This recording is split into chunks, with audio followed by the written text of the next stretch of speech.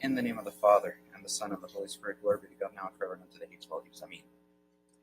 So, another welcome to all of you to this first Coptic conference on cosmology under the St. Athanasius and St. Cyril Theological School Orthodox Apologetics series. As Abuna mentioned, the series, we started this series of conferences back in October of last year with a conference specifically discussing the theory of evolution. And so we'll continue tonight discussing these critical topics.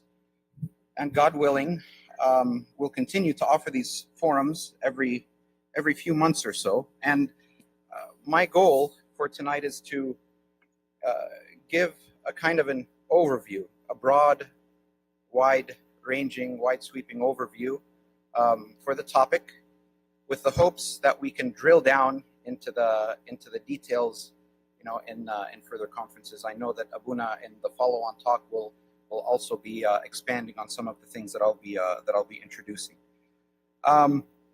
So, because the material tonight is extensive, in the interest of time, I really do want to dive right in.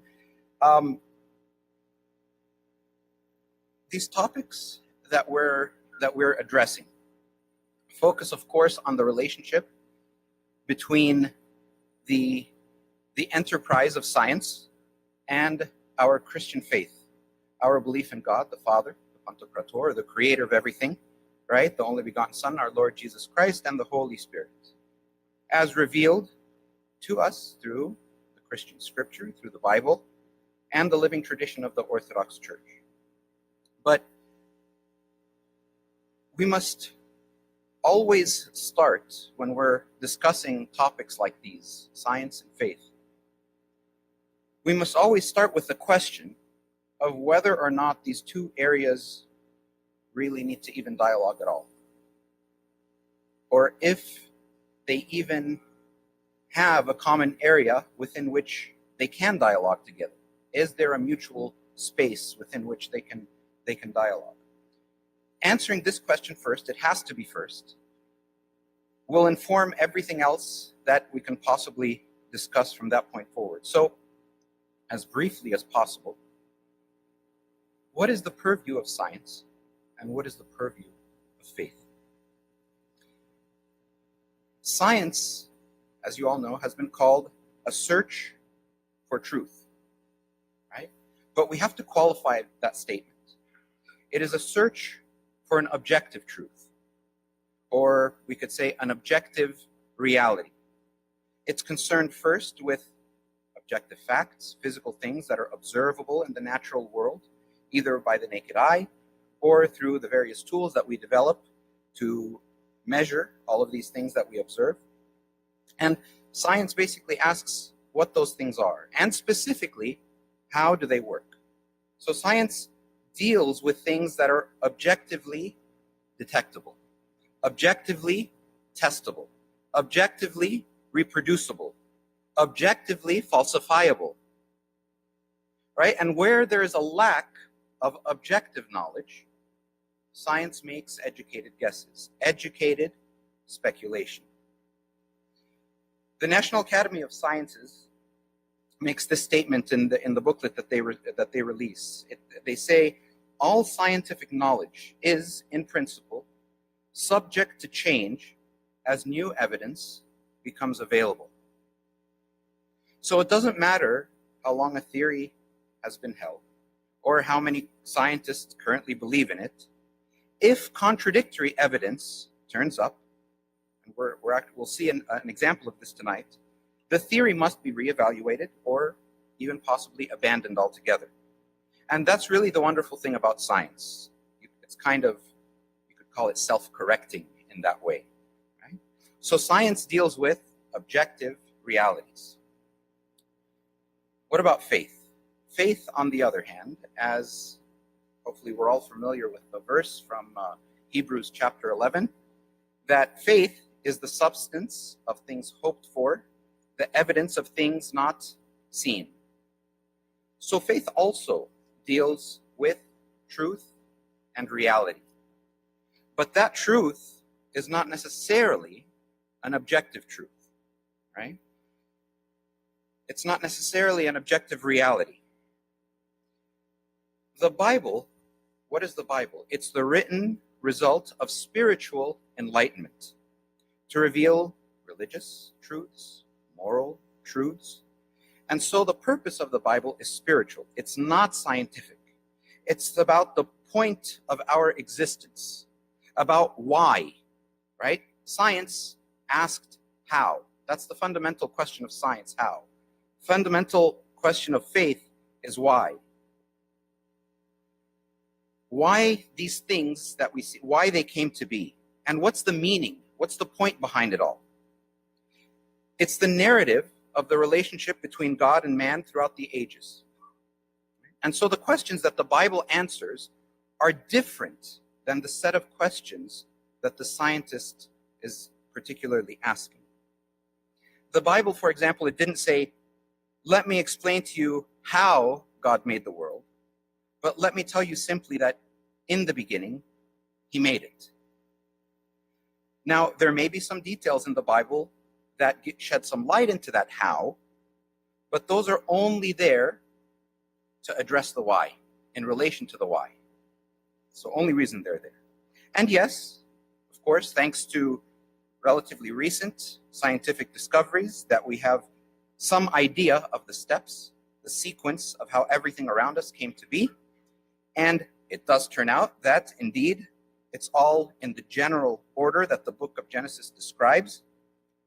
But that's really besides the point. The only reason the Bible speaks of creation is because it has to, as it is related to our salvation.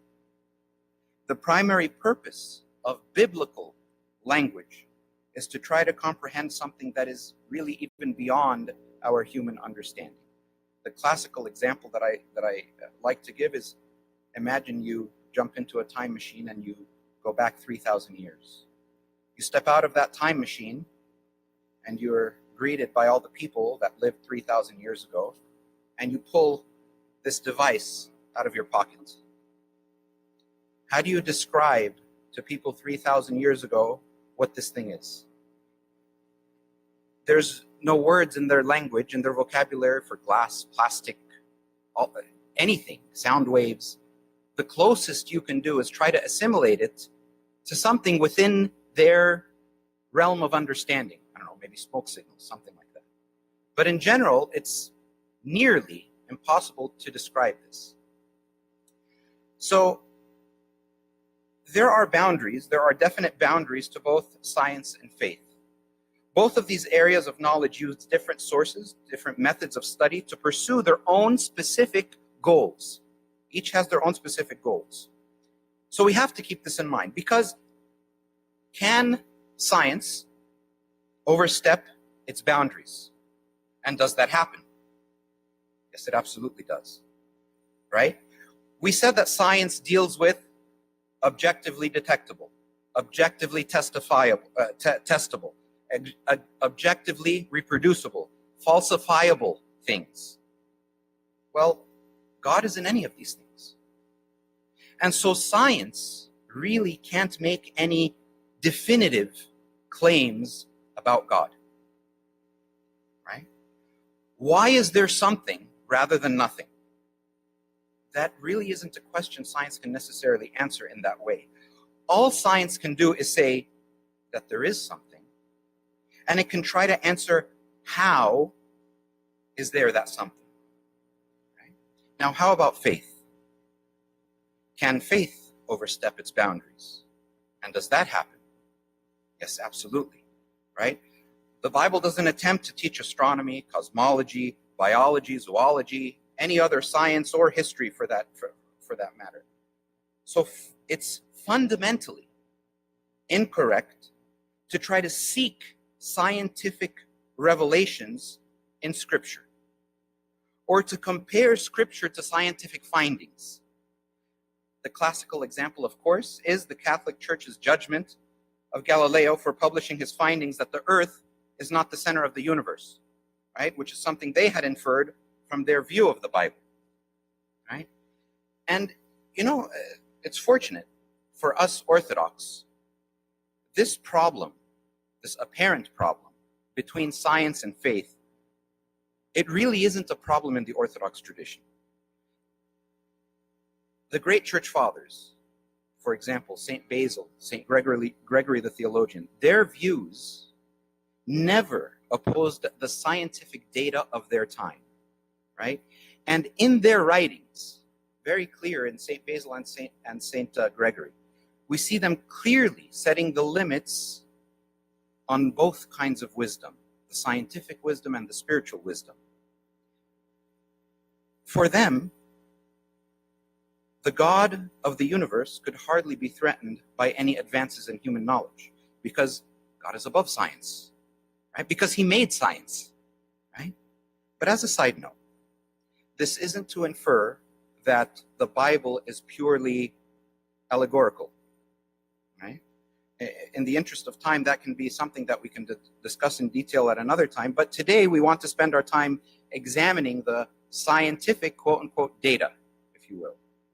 So, fortunately, there is in fact no fundamental conflict between religion and objective scientific data. They are not at odds with one another.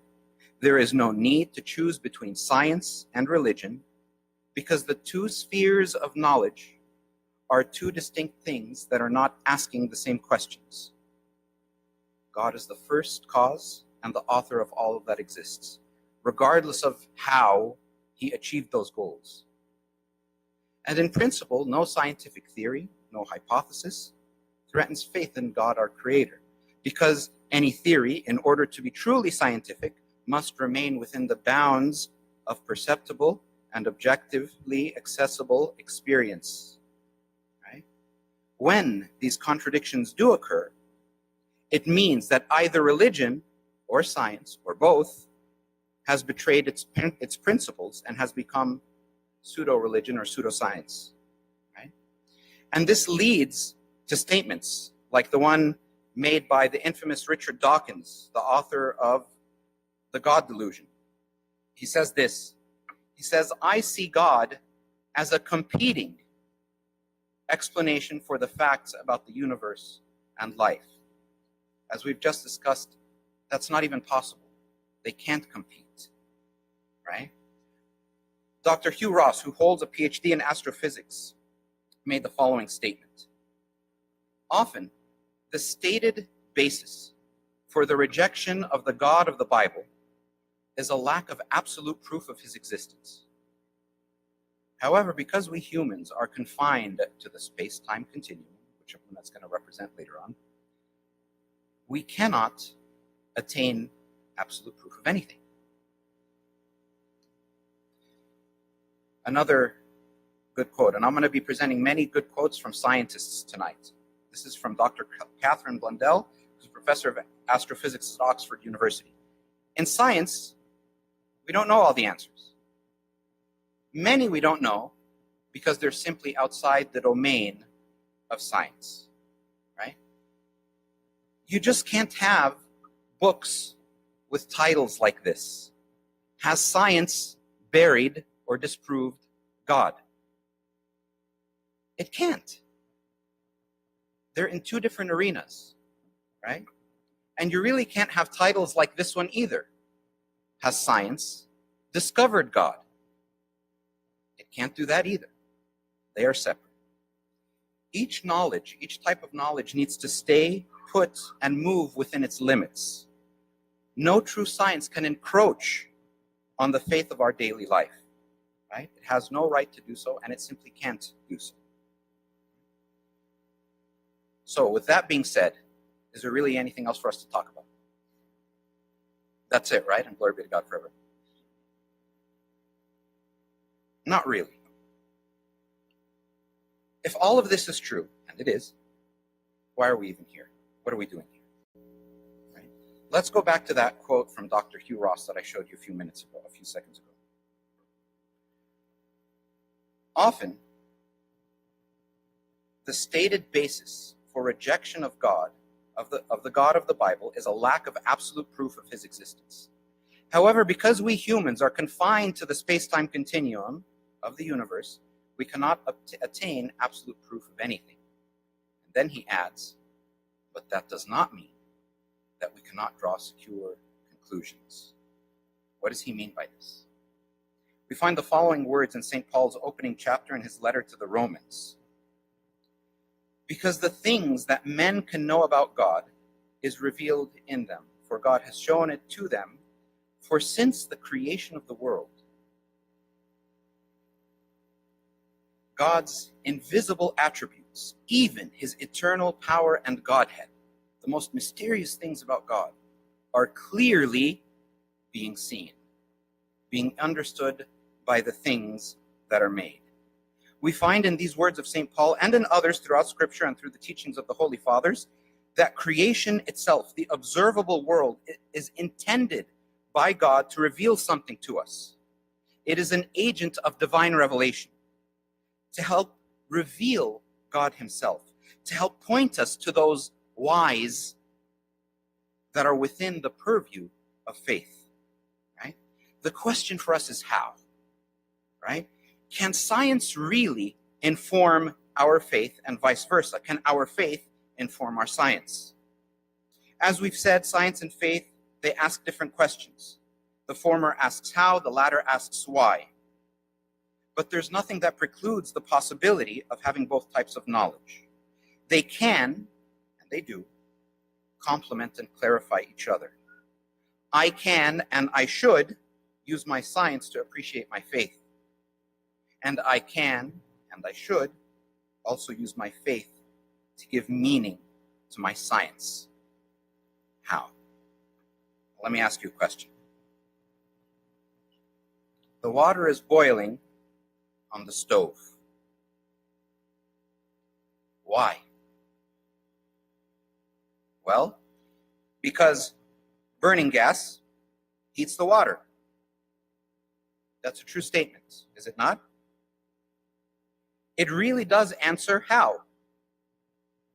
But it does nothing to answer the question, but what's the point? Right? So let's try again. The water is boiling on the stove. Why? Well, because I'd like to have a cup of tea. Would you like one too? Right? We don't have to choose. That's also a true statement. We don't have to choose between these two answers. In fact, what we see here is to completely understand the discrete events of this boiling water, we need both forms of explanation. And by the way, they're not mutually exclusive either. I'm going to give you a little hint into something here. Is there something about the how questions of that tea, its chemical makeup, that it produces a flavor? Is there something about that flavor that can reveal something about the why? I'll let you mull over that for a little bit, right? Science and faith are both concerned with a search for the truth, both for different aspects of that truth. But those different aspects have to fit together, right? And they can if the two stay within their boundaries. On each and every one of your cell phones, there are a bunch of photos and videos recorded by a camera. That camera, it's just metal, glass, plastic, and some electrons making it do what it does. That's a true statement. But we can also say that's a very impoverished statement, right? It doesn't capture the richness and the reality of what that camera does. It completely misses the point. The beauty and the secret of the camera isn't in its material and what makes it do what it does. It's in both how those individual materials and components are organized, and even more so, it's in the human purpose for which it is made. The photos and videos, the function that gets captured as this device is used. It's so much more than the stuff it's made of and what's making it work. And again, looking strictly at the data, is there something that we can infer from the composition, the beauty, how those pixels are captured and arranged to produce those photos and videos that can tell me something about not just the how the camera works, but why it's doing what it's doing, right? Not just purely how. So in these examples, we see that there's a definitive hierarchy, if you will, to the different truths revealed by the enterprise of science and the enterprise of faith. While the two are complementary, they are by no means equal, right? And also note something. It's not that we are using the answers to the why to fill in the gaps in our knowledge of the hows, right? Science can tell me a lot about how the universe works. But is the universe pointless? Or is there a point? Is it meaningful? Is the universe purposeful? Can observable, measurable aspects of the universe inform me or reveal anything about whether or not there is something that is actually being fulfilled in the unfolding of the history of the cosmos that will help me truly understand and appreciate the rich and remarkable nature of that universe. Science can tell me a lot about the human being, how our bodies work, how they interact with our environment, and that's important. It's very important. But are we more than just computers made of meat? Right? Can science at least inform any of that? Science can describe how stars and galaxies are formed and evolve over time. Science can also point us, or can science point us to why there is a universe at all? Why a universe would develop to the point of having human beings that are having the kind of conversations and discussions that we are having tonight? Why do we humans do and experience the things that just can't be reduced to scientific and sociological models like the survival of the species? Because there are a lot of things that have to do with human life that don't involve measuring physical forces of nature, both on the individual level and on the level of humanity as a whole. How is it that so many scientists, both contemporary and throughout modern scientific history, have been inspired to faith by their scientific pursuits and vice versa? Surveys performed in 2005 and 2007 show that over 60% of scientists believe in a God. And most of those believe in a personal God that answers prayers, about 85% of the 60. Right?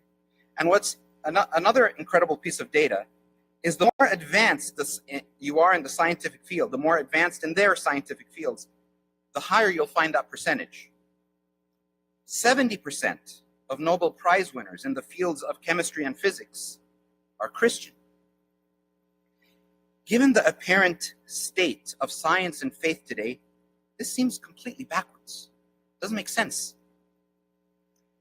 The Bible, of course, tells us that nothing that we have in this cosmos, including us, is accidental. But what does science say about this?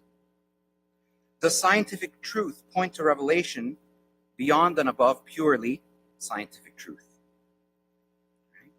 And again, as we get into this, remember that it's not about the lack of physical evidence or gaps that science can't yet fully explain.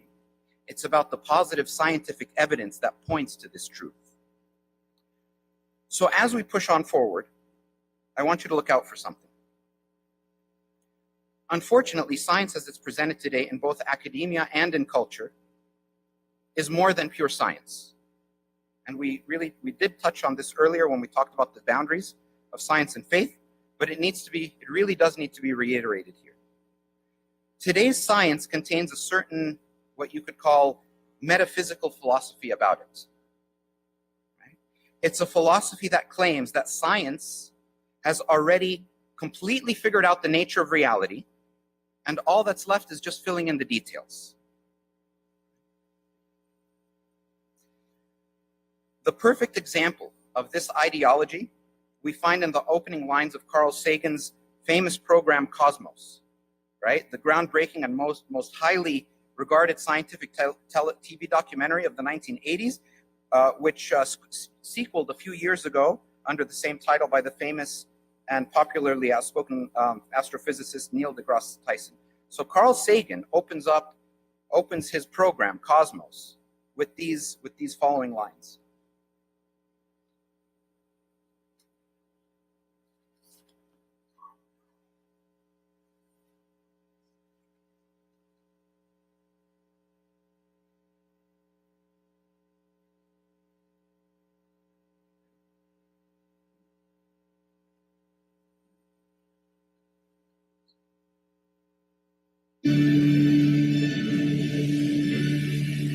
The cosmos is all that is.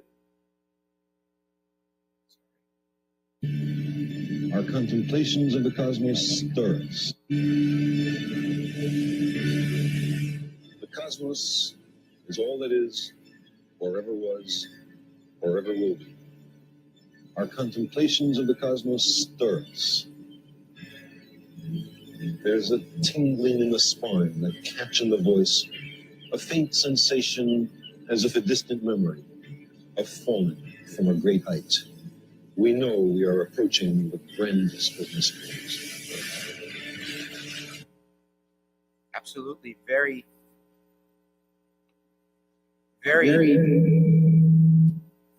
poetic words, very Carl Sagan-esque. His entire series, and one of the reasons it's so popular, and he's so popular, is because of his very poetic representation of the scientific facts. So, indeed, very poetic, very beautiful. But hold on a second. The cosmos is all there is, or ever was, or ever will be. Look at that statement. That isn't something that is established by data or tested by experiment. That statement is fundamentally an ideology, a belief, a worldview that has grown, unfortunately, into science. An opinion of powerful people associated with scientific organizations, which has become central to the modern science itself, right? It's a claim that is made definitively, but does not come from science. It can't come from science. It's a claim that is the presentation of a truth claim, if you will, as science. Because although it isn't and cannot be open to scientific scrutiny, it is still claimed to be scientific, non-negotiable fact. This is a big problem. So while there's nothing wrong with people being free to believe whatever they want to believe, there's everything wrong with an insistence that everyone else must believe it as well in the name of science. This philosophical framework within which modern science is done is called the methodological naturalism, or materialism. And when modern science examines any phenomena that it looks at, the problem is this philosophy constrains the possible explanations of the phenomena you're observing. You have a dogmatic assumption that limits your scientific inquiry. Regardless of what the evidence may point to, you're constrained to strictly naturalistic explanations. Does that make sense? So it might not be that there's a lack of evidence that points to a truth outside the natural laws of the universe.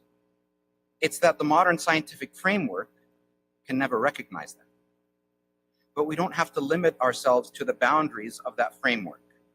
Because if a solution possibly exists outside those boundaries and outside that framework, if you don't look outside that framework, you'll never discover it.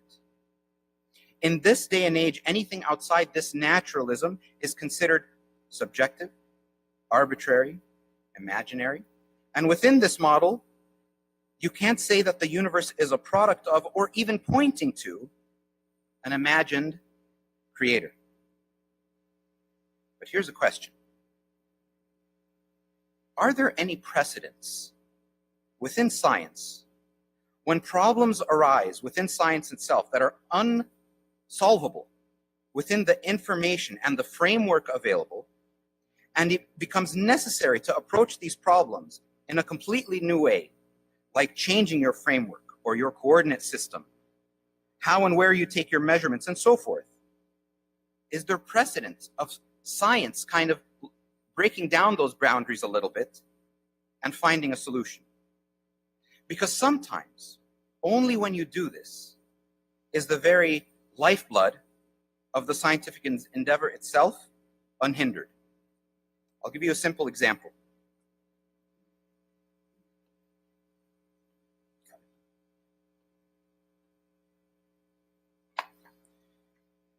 This equation, x squared minus 1 equals 0.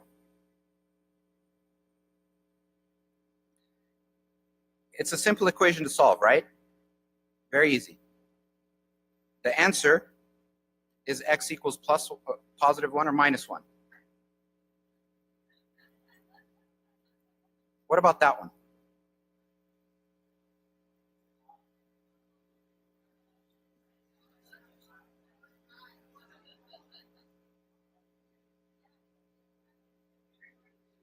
This second equation is impossible to solve with real numbers. To solve the equation, you have to go from the one-dimensional space of ordinary numbers to the two-dimensional space of imaginary quantities, right? But these quantities, these complex numbers, are only imaginary, right, by convention. Because when you do this, you get this solution, right? These imaginary quantities play critical roles in all science, as we know, right? Electromagnetism, heat and wave equations, correlations between time and space, the speed of light, other physical phenomena are completely unsolvable without the application of imaginary quantities. And they take the physicist out of the typical realm of the three-dimensional spatial framework. So here is a perfect example for precedent of science seeking answers beyond that very restrictive framework and philosophy. And by the way, as a side note, there are consequences to this naturalistic and materialistic philosophy that is part and parcel with modern science. Relativism is one, but again, that's a topic for another discussion. Right?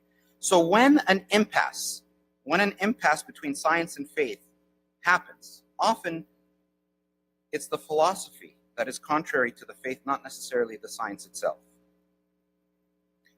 So, is there any scientific basis for thinking that our universe may have been made with a purpose?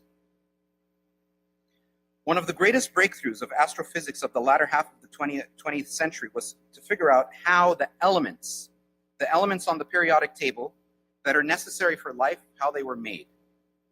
Because the elements that were around during the early universe were very simple. They were basically hydrogen and helium, right?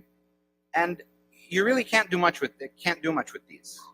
They have very boring chemistry. You need many more elements if you're going to have something as interesting as life, particularly carbon. The chemistry of carbon is the chemistry of life, right? So where does carbon come from? The only place in the entire universe where carbon is made is in the interior nuclear furnaces of the stars. Every single carbon atom in our bodies was once deep inside a star. Hence the phrase, we are all stardust, right? But how exactly is carbon produced inside the heart of a star? This was something that a Cambridge University astrophysicist named Fred Hoyle was trying to figure out in the 1950s, right? How to get carbon. Fred Hoyle and his team, they had helium, right, or alpha particles from the early universe. But if they couldn't figure out how 3 heliums could become stuck together to make carbon. Why? Because none of the chemical models, none of the known chemical properties of carbon at that time could provide actually the mechanism for how that could happen. It was impossible, with the knowledge that they had, for all 3 to stick together at once. He could figure out how 2 helium atoms could come to helium particles or alpha particles could come together, right? But that makes beryllium. But the problem with beryllium is that beryllium particles are very, very unstable. They have a half-life of 10 to the minus 17 seconds, right? Nowhere near the time needed for the process for another helium particle to come along and join. So they were stuck. They couldn't get the 3 together, the three helium particles. Was there another way that this could possibly work? Well, there had to be, because they knew carbon does exist, right? And it does form in this way in the stars. So Hoyle started working backwards. He figured that the only way that this could possibly work, he theorized that there had to be something that kind of called a resonant energy, a resonance energy, a property of carbon that had kind of eluded scientists till then. They had never found it. But he deduced that this resonance had to be at this arbitrary but very incredibly precise energy to allow that extra alpha particle to stick much quicker than it should be able to. But it seemed his backward science seemed crazy, because the chances that this particular property would be just right to allow this to happen were beyond the minute. But it was the only way that he could come up with for carbon to actually form. So he called up his colleagues, and he basically told them, hey, we've got to go back and take a look at carbon again, and look exactly at this point. I predict the resonance, you're going to find it here, right? At this exact energy. And when you find it, that's where you're going to find it to be, right? Now, this sounded pretty crazy, pretty nuts, that this arbitrary value was his prediction of where it was. Very random number. But they looked. And indeed, that's where it just happened to be. Even though it didn't have to be. It didn't have to be that number at all. It's lucky that carbon has this particular resonance that lines up just right to allow it to form into to form from the highly unstable beryllium. And that fact hit Fred Hoyle really hard. He realized that the laws of nuclear physics, if they had been even a tiny bit different, there'd be no resonance at all, or it would be at some other energy that carbon wouldn't ever have the opportunity to form, right? Because this special energy level was mathematically, statistically, extremely unlikely to occur where it's just in the right place in the scheme of all the other carbon energy levels, right? And it's this particular science that led Fred Hoyle, a lifelong atheist, to make the following very bold statement. A common sense interpretation of the facts suggests that some supercalculating intellect must have designed the properties of the carbon atom. Otherwise, the chance of my finding such an atom through the blind forces of nature would be utterly minuscule.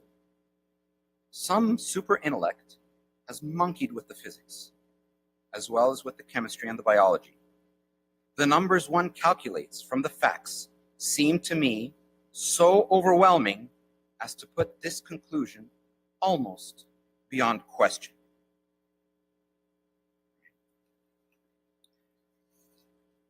Now, very shortly after all this, physical observations were being made at that time, the mid-1900s, physical observations of the stars. And it seemed to show an evidence of an expanding universe. And this led some in the scientific community to make the then very ludicrous hypothesis that there was actually a beginning to the known physical universe.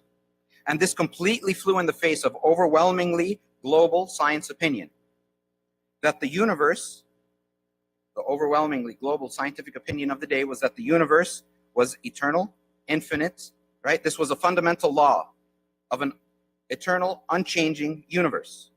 Scientifically, there was never a beginning. Scientifically, the Bible had it wrong from the very first sentence, in the beginning. No, there was no beginning. And this same Hoyle, the same guy Hoyle, was one of the biggest critics of this crazy new idea that the universe had a beginning.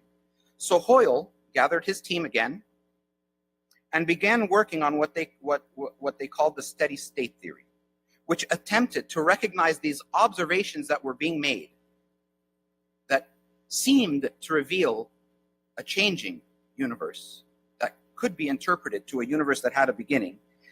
He tried to reconcile these observations, the evidence, a theory to explain how galaxies can actually be observed to move away from each other, even if they're in an eternal, unchanging universe.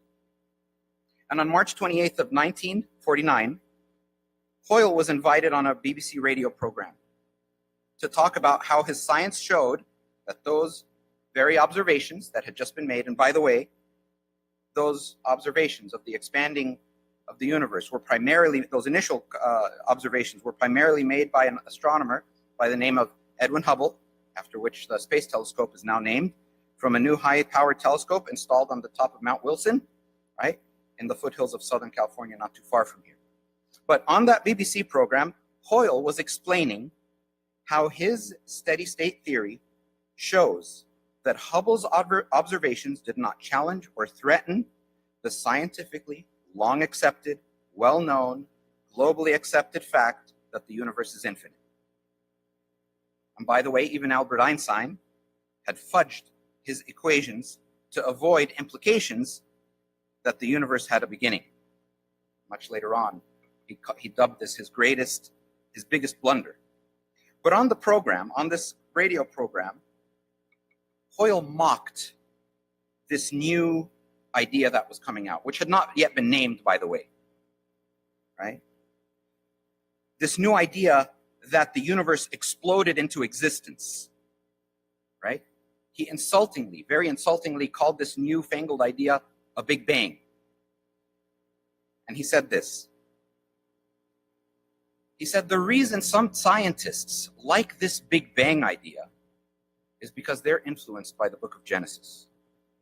It's stuck in their deep psyche, and they're biased by it, right? Hoyle passed away in the year 2001, adamantly denying Big Bang till the day he died, even though in the mid-1960s, the global scientific community had pretty much accepted Big Bang due to overwhelming physical evidence that the universe, space, and time itself indeed had a beginning, had a violent erupting into existence. And if you go into Google and you do an image search for the NASA WMAP satellite, you'll get this diagram. It shows the development of the universe from its start over time. Basically, what we've learned about the genesis and the development of the universe. Every single word on this diagram comes from the NASA data. It's a visual representation of the condensed knowledge of the scientific community of what happened when the universe started and where we are today. Each vertical line that you see in the graph is 1 billion years. And you'll see that it starts with a burst of energy, and it ends on the other side, on the right side, with an oval, right? And that oval shape indicates an expansion in all directions. Go back to the extreme left edge of this chart.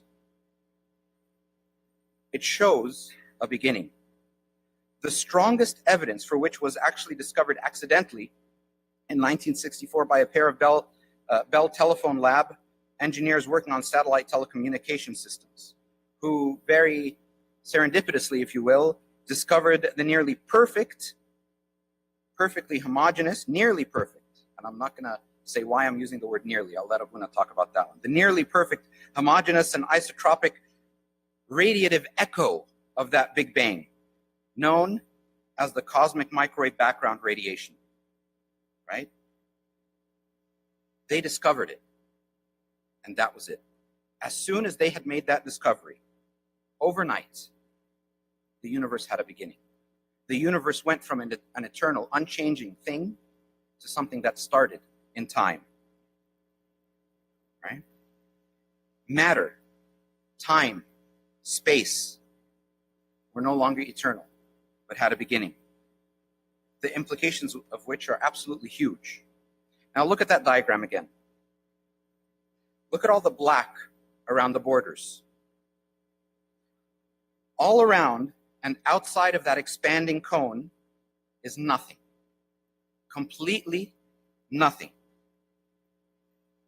Whereas the most recent science identifies the empty black that is inside the cone, all the space in between all the visible stuff inside the cone, right? Which, by the way, the visible stuff only makes up around 4%, right? The remaining 96% of emptiness inside the cone is not nothing.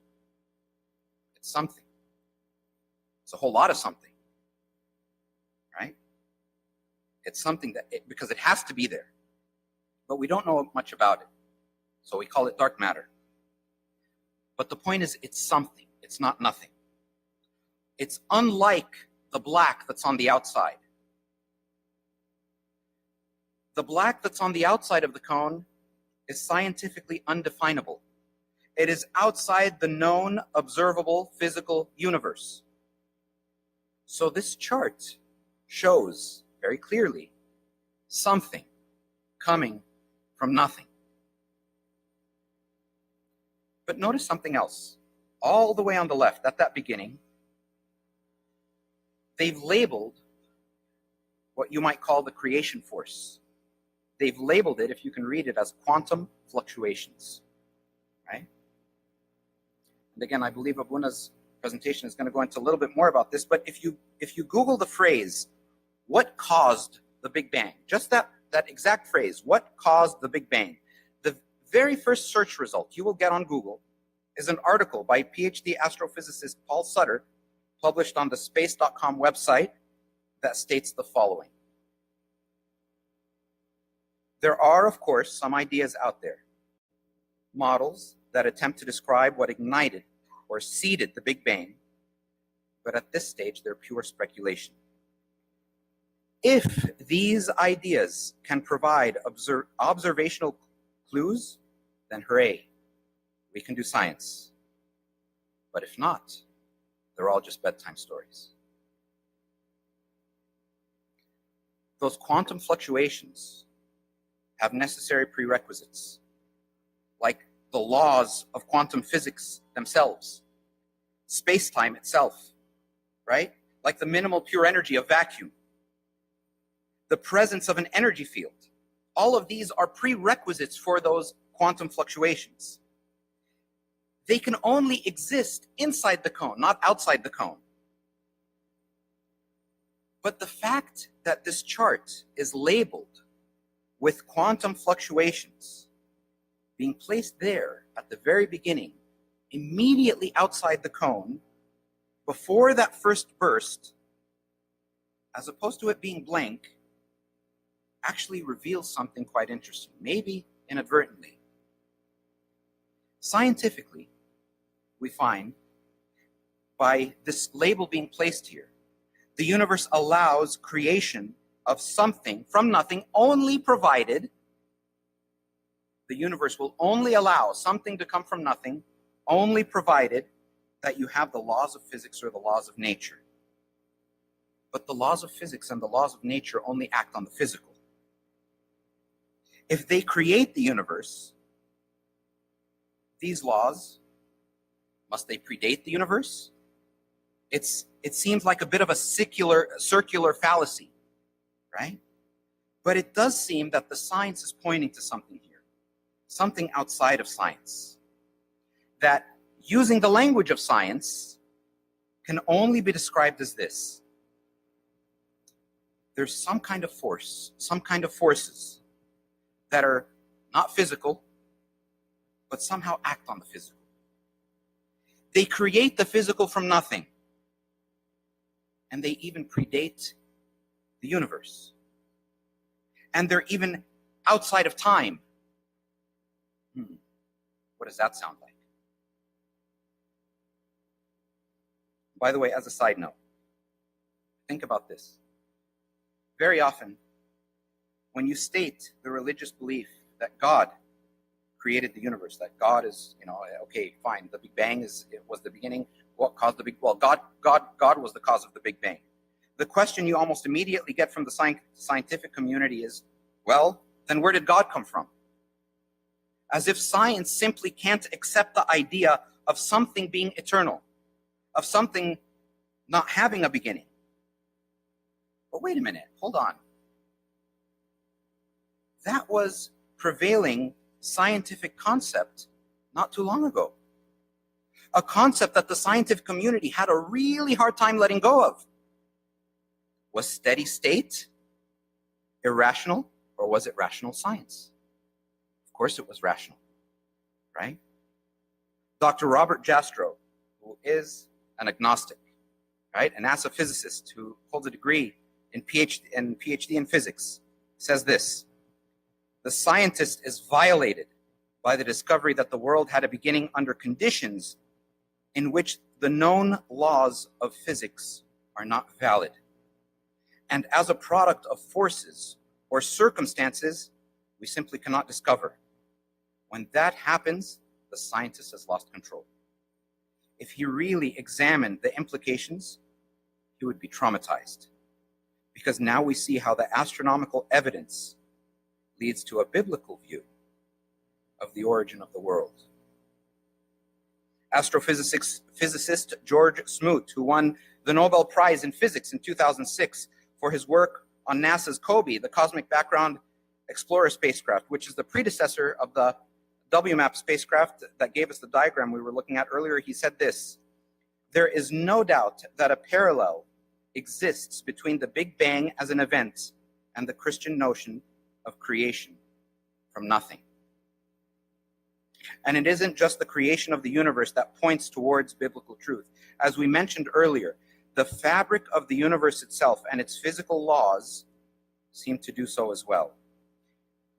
As I alluded to earlier with the story of Fred Hoyle and the incredible coincidence that he discovered with the creation of carbon required for life, science has discovered that the even more incredible or even ludicrous multiplicity of these nearly impossible coincidences in nearly every law and fundamental constant of nature that is necessary for life to exist. And this is so pervasive. This is so much that across the entire scientific community, yes, the entire scientific community, it is pretty much universally accepted that the physical, natural conditions of the universe appear to be amazingly fine-tuned, even if they don't use those words, right? And basically way too coincidental to allow for the possibility of life. And that's what's known as the anthropic principle, which contends that the universe was brought into existence intentionally for the sake of producing mankind. And even those who don't necessarily accept the anthropic principle admit to the fine-tuning and conclude that the universe is just way too contrived to be a chance event, even though there is no scientific explanation whatsoever for why all those conditions and constants should be set at such precise and exact values.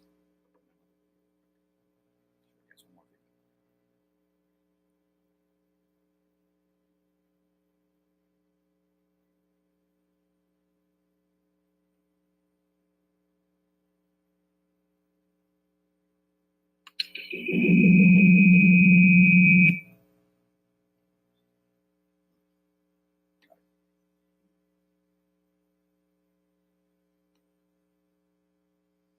more time.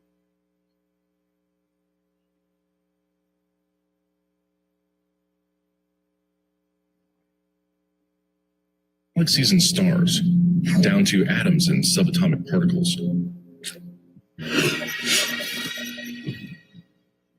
From galaxies and stars, down to atoms and subatomic particles, the very structure of our universe is determined by these numbers. These are the fundamental constants and quantities of the universe. Scientists have come to the shocking realization that each of these numbers has been carefully dialed to an astonishingly precise value, a value that falls within an exceedingly narrow, life-permitting range. If any one of these numbers were altered by even a hair's breadth, no physical, interactive life of any kind could exist anywhere.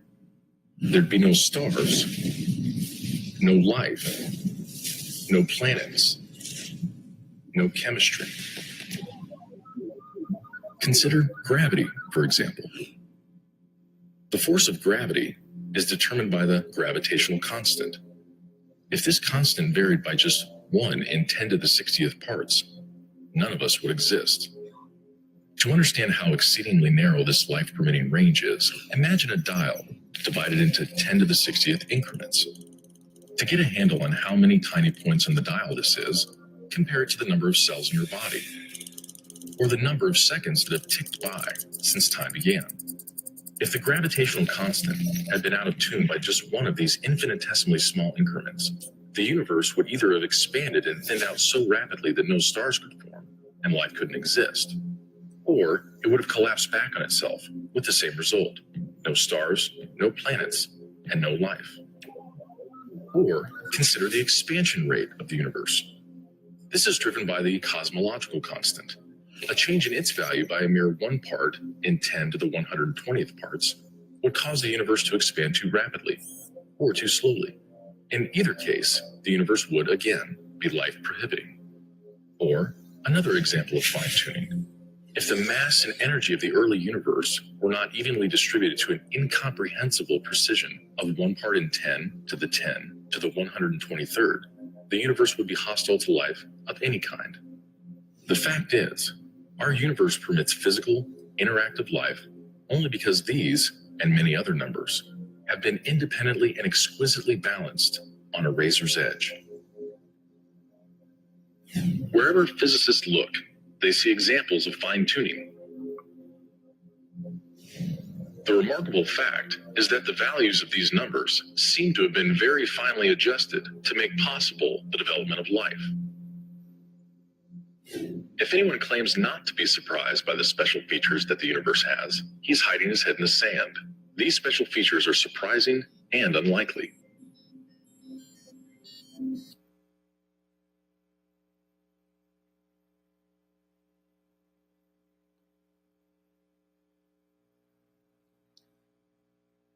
So these quotes that you saw at the end there, you'll find quotes just like that from all over the scientific community.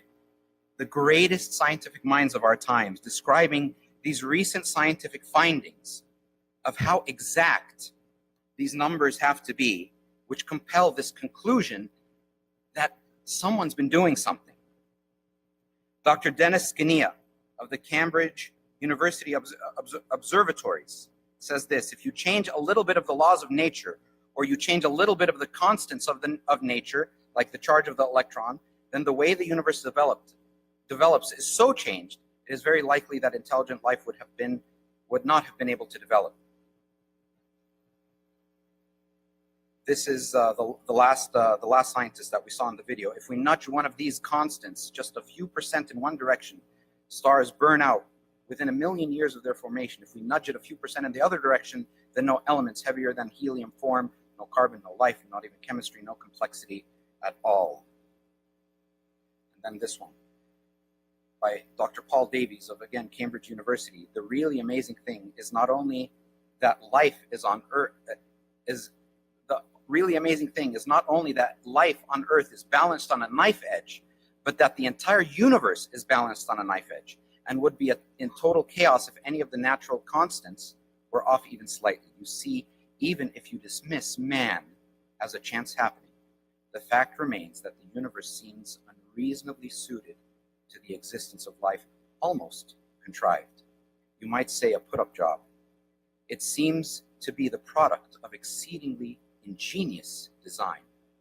The impression of design in the universe is overwhelming, and there now exists powerful evidence that there is something going on behind it all. Dr. Stephen Hawking, this one was part of the video. Even Stephen Hawking, who is an atheist, the remarkable fact is that the values of these numbers, the constants of physics, seem to have been very finely adjusted to make possible the development of life. The odds against the universe like ours emerging out of something like the Big Bang are enormous. I think clearly there are religious implications whenever you start to discuss the origins of the universe. Right? So, is all this an accident or is it a miracle? Can this all really happen by chance? Even long shots can win at the racetrack, right? Against heavy odds, lotteries are eventually won by someone, right? What are the odds that all the conditions for life eventually coming to exist by chance from a random explosion in history, given all the variables, the possibility of life completely defies the laws of probability? And the one statistic that we saw in that video that I think I heard everyone kind of gasp at was from Dr. Roger Penrose of Oxford University's Institute of Mathematics. He calculated that the likelihood of the universe having the exact usable energy it needed to exist, he said it this way: it is namely an accuracy of 1 part out of 10 to the power of 10 to the power of 123. That is an extraordinary figure. Now look at this. One could not possibly even write that number down in full in ordinary power of 10 notation. It would be 1 followed by 10 to the power of 123 successive zeros. That is a million, billion, billion, billion, billion, billion, billion, billion, billion, billion. I lost track. Zeros. Look at this. Even if we were to write a 0 on each separate proton and on each separate neutron in the entire universe, and we could throw in all the other particles as well for good measure, we would still fall short of writing down the figure that is needed. It's like a person winning the lottery, over 1,000 consecutive mega million-dollar lotteries in a row by only purchasing 1 ticket for each, right? This would never be likely unless it was fixed by someone working behind the scenes.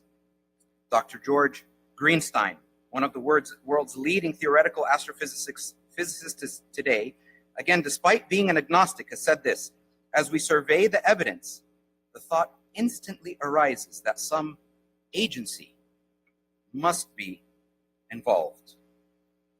So there are definite patterns and signs in what we see objectively in the universe that reveal we are not accidental, but are somehow intended to exist. And by the way, not only does science, we see this on multiple levels. We've been talking about fundamental universal laws. Not only does science discover these unexplainably impossible coincidences within the laws of the universe itself, but this pattern continues when we examine our planet Earth. That it's uniquely suited for life among all the known planets. I realize we're discovering more and more planets every day, but the science tells us that the Earth is precisely positioned in our solar system so as to make possible not just life, but an abundance of life. We've got figures like if it were as much as 2% closer to or farther from the sun, life would disappear. The precise tilt of the Earth in relation to the plane of its orbit around the sun is also essential to life. The speed of the Earth's rotation is exactly what is needed for the planet to sustain life. Dr. George Wetherill of the Carnegie Institute recently made the following discovery. He found that the arrangement of the different planets in our solar system, the fact that we have these massive planets on the outer part and these smaller planets on the inside, they're all positioned to promote life on Earth. he found that the giant planet Jupiter, being bigger by 2.5 times than all the other planets combined, and with the colossal gravitational pull that it has, protects the inner planet from impacts from comets. He calculated that Earth would be struck 1,000 times more frequently if Jupiter wasn't exactly where it was. The French astrophysicist Dr. Jacques Lasker, director of the French National Center for Scientific Research, discovered that the highly regular orbits of Jupiter and Saturn, these are all unique properties. They're not common. And all the other outer planets, they act to stabilize the orbits of the inner planets, including that of Earth.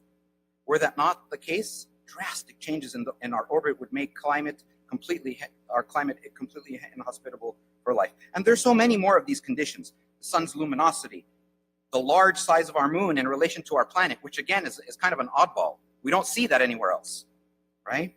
The thickness of the Earth's crust, and so on. With all the different conditions absolutely necessary for Earth to support life, the scientific calculations show that the probability that even one such planet would accidentally occur anywhere in our universe is much less than 1 chance in 1 million trillion. So with all of this, there are 2 hypotheses that we can consider scientific. One is that you need a creative agent or mind or intelligence to do all the creating that has been done in the history of the universe leading up to life. And the other is that you don't. And both hypotheses must be subject to scientific scrutiny. The latter, of course, needs to objectively show that unintelligent, purposeless, natural processes are capable of doing the job and actually did the whole job. And if it can't, then you're left with the same 2 possibilities, neither of which should be said to be a definitive scientific fact. And yes, it's true that a supernatural cause would be a subject outside the scope of science, but intelligence and intent versus unintelligence is very much, or intelligent and unintelligent causes are very much within the purview of science. How? And this is something that we did touch on last October's conference, but it's fitting to just reiterate it briefly here.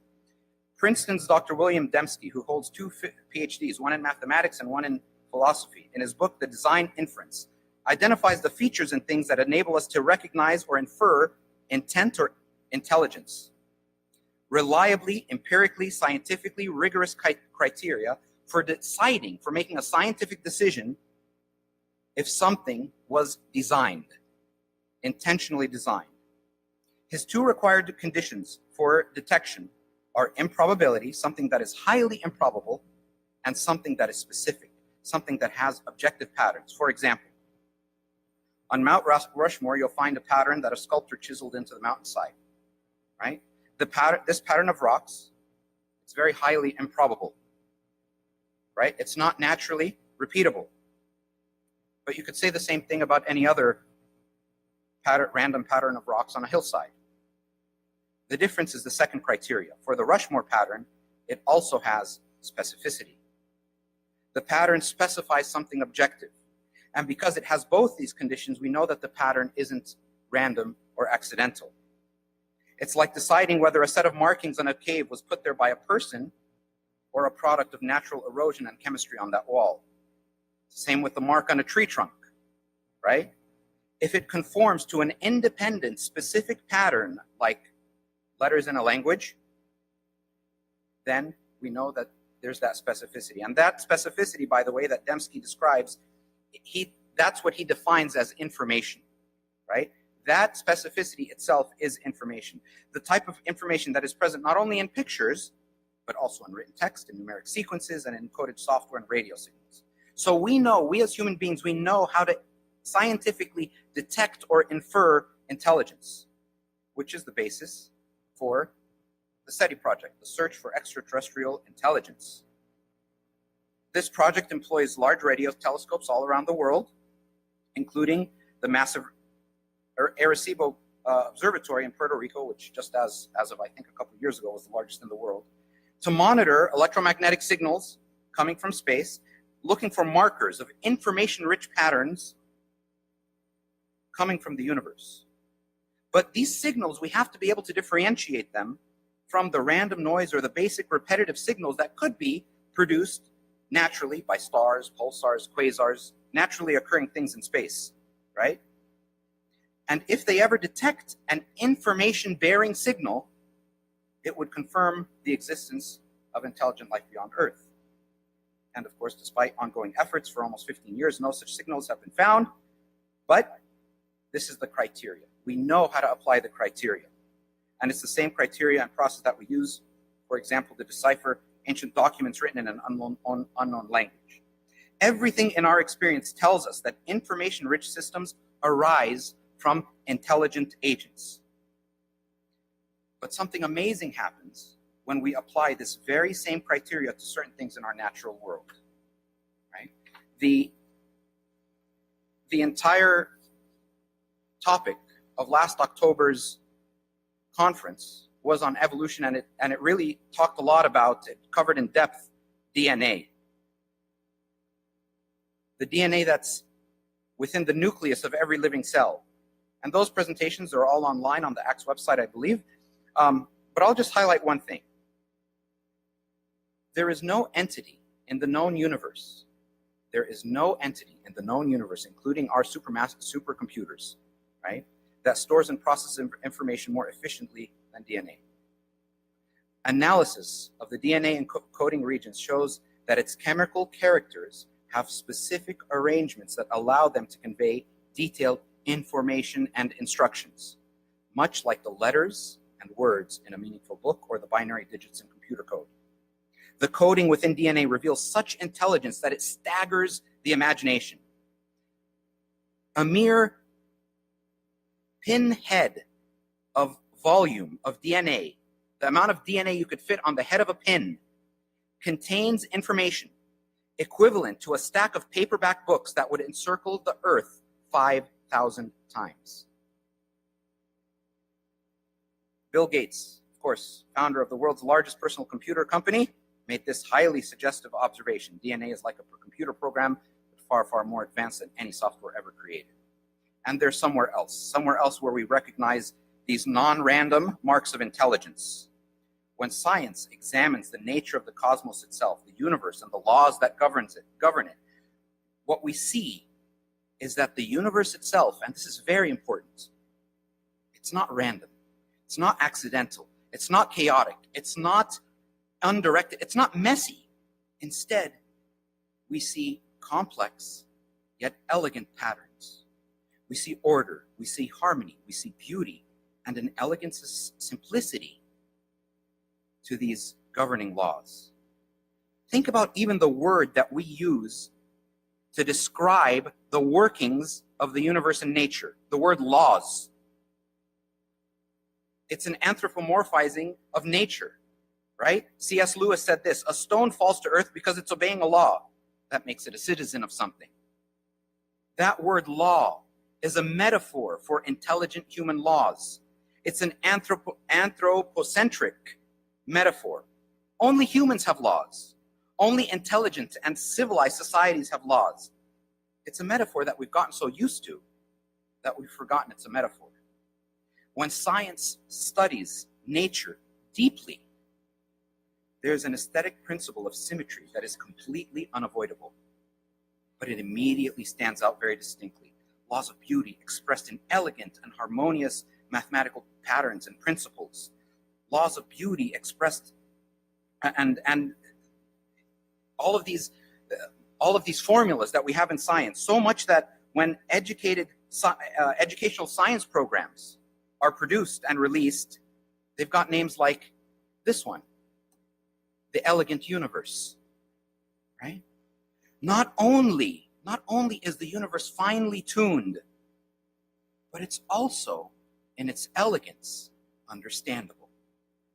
It's remarkable how well these laws work, and yet how simple they are. The elegant simplicity and succinctness in mathematical equations express and unlock the precise laws of the cosmos, right? Equations like relativity, gravity, Maxwell's equations for electromagnetism. It is absolutely mind-boggling that all the fundamental equations of physics can be written on a simple piece of paper. That's absolutely mind-boggling. So fine-tuned for life, and also comprising an elegant mathematical structure. These are independent and mutually exclusive. Scientifically speaking, the universe does not have to be this way. There is no reason for the universe to be this way instead of chaotic, complicated, clumsy, messy. Why isn't it all those things? Why is it well ordered? Why is it extraordinarily intelligible? Ordered in a specific way that we can not only survive and live, but we can also understand it. Much of this understanding, being able to understand the universe, is not at all necessary for Darwinian survival. The discoverability of the universe is something we don't need for our existence, unless it's intentionally engineered this way, so we can observe and ponder and learn and marvel. And science has discovered something else that is absolutely incredible. The nature of our planet isn't just perfectly accommodating for life, as I mentioned earlier, having the best conditions to allow for life, but it seems that planet Earth seems to be optimized for being a place from which a wide range of observations of the universe at large can be made. Its atmosphere, its location not only in our solar system, but in the galaxy, the type of solar system it's in, the type of star that it orbits. Science has found that these features make Earth an abnormally good candidate for a planet from which the rest of the cosmos can be studied. That's absolutely incredible. It doesn't have to be this way at all. All things considered, I mean, come on, it looks like a conspiracy of some sort, right? Rather than a bunch of coincidences. Why is the universe so accessible to the human eye and the human mind? Why are its laws so finely calibrated and critically balanced to allow for both complex life and scientific discovery? Einstein said this: "The most incomprehensible thing about the universe is that it is comprehensible." The universe seems to be pre-programmed for our ability to discern and understand the universe itself. There have been years of hard work trying to convince us that life on Earth is just an accident in the midst of chaos, right? That we are an accidental byproduct of chaos, that the universe doesn't have us in mind, that we live in a large universe not suited for beings like us, and we're just life that happened to come about on a tiny little planet orbiting an insignificant star in a run-of-the-mill galaxy in an obscure remote corner of the universe. However, the evidence resoundingly indicates otherwise. Science, it appears, has advanced to the point where it can now deliver to us impressive new information about cosmology. And what it tells us is that our world, our universe, is not a product of some random, accidental, aimless processes, but on the contrary, it exhibits plentiful and abundant evidence that it exists the incredible way it does at the direction of something or someone higher, perhaps undefinable by science, but yet that's what it shows, who has given wonderful order to the enormously complex things that he has created, including the enormously complex laws that govern the operation of the physical creation, from the motion of the heavenly bodies that make up the galaxy to the precise forms of the atoms that make up all matter, so that they are congenial to life here on Earth. Science suggests that it was all intended and it was all for a purpose, not simply for us to just exist, but to know the universe and to know what's beyond it. So let me conclude with just a couple more incredible quotations from scientists. This is from Dr. George Greenstein, the world's leading astrophysicist. He says, "Is it possible that suddenly, without intending to, we have stumbled upon evidence of the existence of a supreme being?" Dr. Jennifer Wiseman, NASA astrophysicist and senior project scientist for the Hubble Space Telescope. I believe that exploration is a divinely Christian activity. Dr. Arthur Shallow, Stanford physics professor, inventor of the laser and Nobel Prize winner in physics. It seems to me that when confronted with the marvels of life and the universe, one must ask why, not just how. The only possible answers are religious. I find a need for God in the universe and in my own life. And finally, this is one of my favorites. Dr. Robert Jastrow, NASA scientist and astrophysicist, describes the shock and despair of scientists who have squeezed God out of their world. He says this: for the scientist who has lived by his faith in the power of reason alone, the story ends like a terribly bad dream. He has scaled the mountains of ignorance, and finally he's about to conquer the highest peak. And as he pulls himself over the final rock, he's greeted by a band of theologians who've been sitting there for centuries. Indeed, the heavens really do declare the glory of God. The skies proclaim the work of his hands. Day after day, they pour forth speech. Night after night, they reveal knowledge. They don't use words. No sound is heard from them. Yet their voice goes out into all the earth, and their words to the end of the world.